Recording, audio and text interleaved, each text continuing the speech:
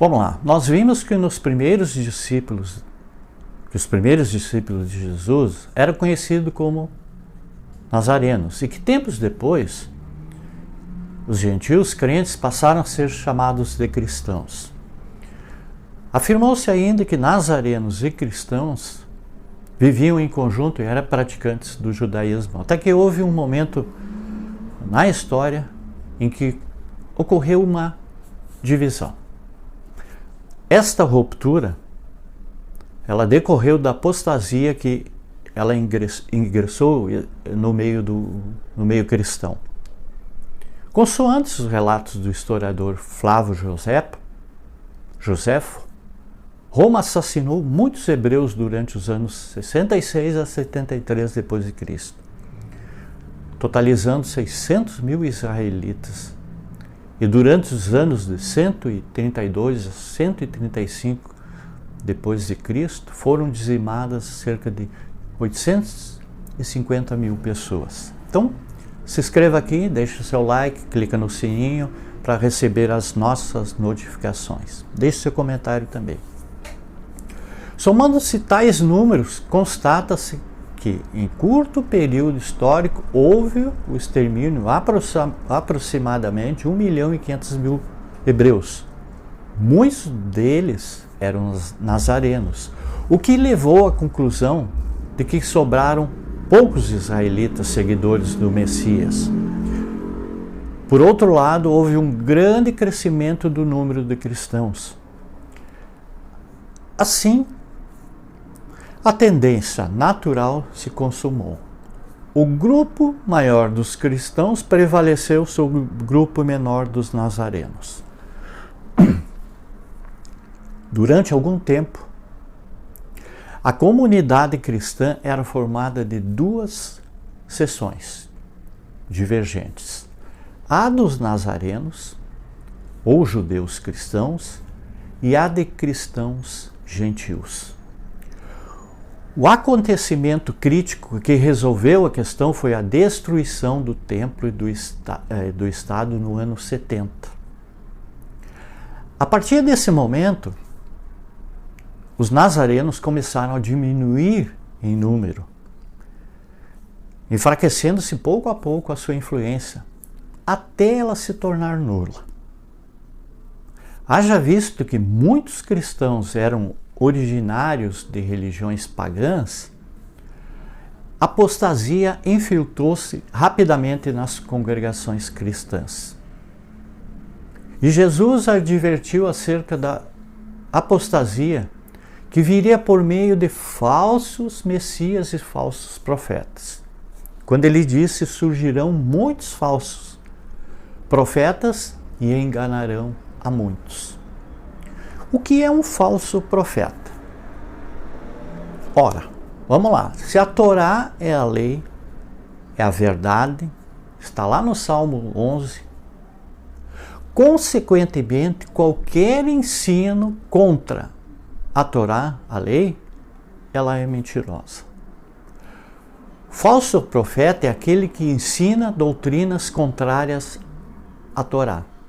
Isto é, todos aqueles que distorcem as palavras de Elohim vivo.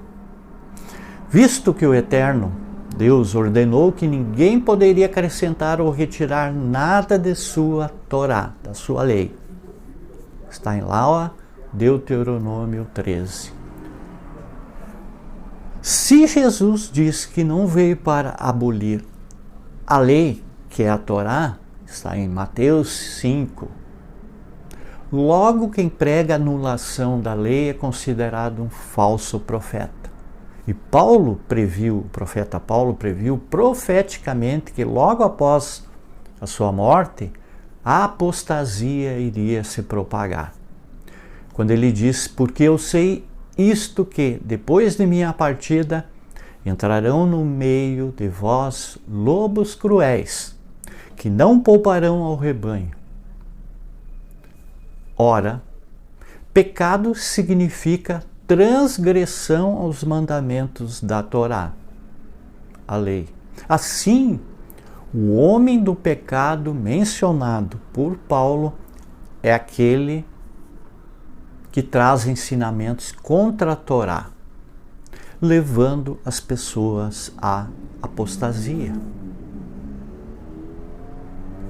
Paulo, mas também Pedro, advertiu os discípulos contra a iminente apostasia que seria inaugurada. Encobertamente heresias de perdição, e negarão o Senhor que os resgatou, trazendo sobre si mesmo repentina perdição. E muitos seguirão as suas dissoluções, pelos quais será blasfemado o caminho da verdade. Está em 2 Pedro, capítulo 2. Volta-se ao ponto inicial. Se a Torá é a verdade, quem blasfema do caminho da verdade é aquele que prega contra a Torá. Esta é a mensagem deixada por Pedro, qual seja, que os discípulos de Jesus deveriam tomar cuidado com os falsos doutores, que são aqueles que blasfemam contra o caminho da verdade, que é a Torá. João fala expressamente que os antimessias, anticristãos, já estavam atuando no meio dos discípulos. Saíram dentre nós, mas não eram dos nossos, porque se fossem dos nossos, eles teriam permanecido conosco. Mas todos eles saíram para que se manifestasse que não são dos nossos. Isso está lá em João, 1 João, capítulo 2. Verifica-se que os antimessias, anticristãos, saíram dos meios dos próprios discípulos. Muitas pessoas esperam que os antimessias, o anticristo, se manifeste. Porém, João foi contundente ao advertir que havia não só um, mas vários anticristos atuando no meio da comunidade dos fiéis a Jesus. Um conhecimento que a gente encontra no Novo Testamento e na Bíblia. Muita paz, muita luz, gratidão a todos.